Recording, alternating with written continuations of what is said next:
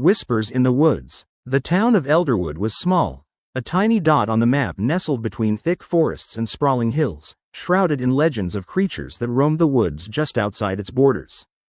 Tales of cryptids, mysterious beings that were perpetually just out of sight, shared hushed whispers around campfires. Over the years, curious teenagers would dare one another to venture into the woods after dark, but few remained long enough to discover what lurked in the shadows. One crisp autumn evening, a group of 4 friends decided it was time to put the tales to the test. Emma, a fearless natural leader with a knack for unraveling mysteries, gathered her best friends, Sam, Tyler, and Lisa, for the adventure. Armed with flashlights, a few snacks, and bravado, they headed into the dark embrace of the forest, silhouetted against the dying light of the day. "Did you know they say there's a creature that can mimic any sound it hears?" said Lisa, her voice a quiet tremor. "They call it the forest echo."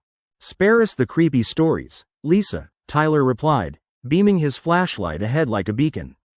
"We're here to prove these legends are just nonsense." As the friends wandered deeper into the woods, shadows danced between the trees, and the air grew thick with an eerie stillness. Emma led the way, her heart racing with excitement and anticipation. She had always loved the thrill of a challenge, and the idea of cryptids ignited a fire in her spirit. Suddenly, a low, melancholic howl resonated through the trees. It echoed like a sorrowful ghost, sending chills racing down their spines. "Did you hear that?" Sam shivered, glancing nervously at the others. "Probably just a wolf," Tyler shrugged, trying to sound unconcerned. But deep down, the unease settled in his stomach like a stone. They pressed on, laughter and chatting dissolving into nervous silence, tension building with every rustle of leaves. The moon peeked through the branches, casting eerie shadows that distorted their surroundings, and the feeling of being watched wrapped around them like an invisible cloak. After what felt like hours, they stumbled upon a clearing. Moonlight spilled into the circular space, illuminating a stone altar draped in vines. Emma's heart thumped wildly, her eyes gleaming with curiosity. "Wow, look at that!" she exclaimed. From the center rose an old, worn statue of a creature they could hardly recognize. It had the body of a deer but with an elongated neck, its head crowned with twisting antlers that seemed to reach for the heavens. "I think it's a shrine for the echo," Lisa whispered, her face pale. "Let's get a picture," Emma suggested, setting her flashlight down to illuminate the altar.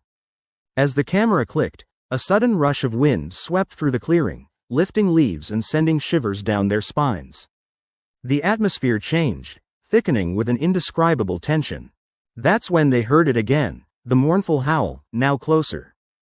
"Guys, maybe we should go back." Lisa's voice trembled. "No way," Emma said with determination. "We came here to discover the truth, and that's what we're going to do." But before anyone could object, the howl morphed into something else.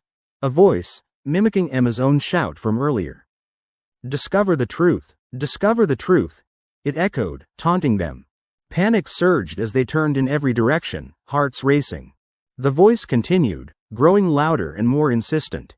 One by one, the friends began to feel a creeping dread seep into their minds, like a fog numbing their thoughts. Sam was the first to break. "We need to leave, now." But as they turned to retrace their steps, the forest seemed to reshape itself, disorienting them. The once familiar path twisted into an alien maze. The trees seemed to lean in closer, their gnarled roots reaching like skeletal hands toward them. As they stumbled through the woods, an inexplicable sensation plagued them. Something was following them, its presence weaving through the trees.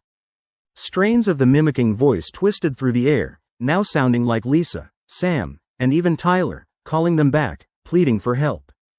The weight of paranoia clung to them as roots tangled at their feet, trying to ensnare them.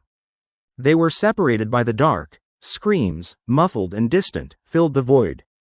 Each friend felt the chill of isolation. It was every horror story they ever heard come to life, and still, they pressed on, driven by sheer instinct to survive. Finally, Emma spotted a flicker of light in the distance and dashed toward it.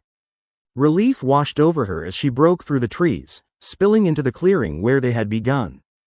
She searched desperately for her friends but found only silence. Then, she felt it, an icy hand gently brushing against the nape of her neck. She turned and found herself face to face with the creature from the shrine, its antlers scraping the ground, its hollow eyes reflecting nothingness. The forest echo had come for her, and there was no escape. As darkness enveloped her, faint echoes of her friends' voices lingered, forever trapped in the cryptic depths of the forest. In Elderwood, the legends would never die. Each time the wind howled through the trees, it carried their whispers, reminding the townsfolk to never venture into the woods after dark.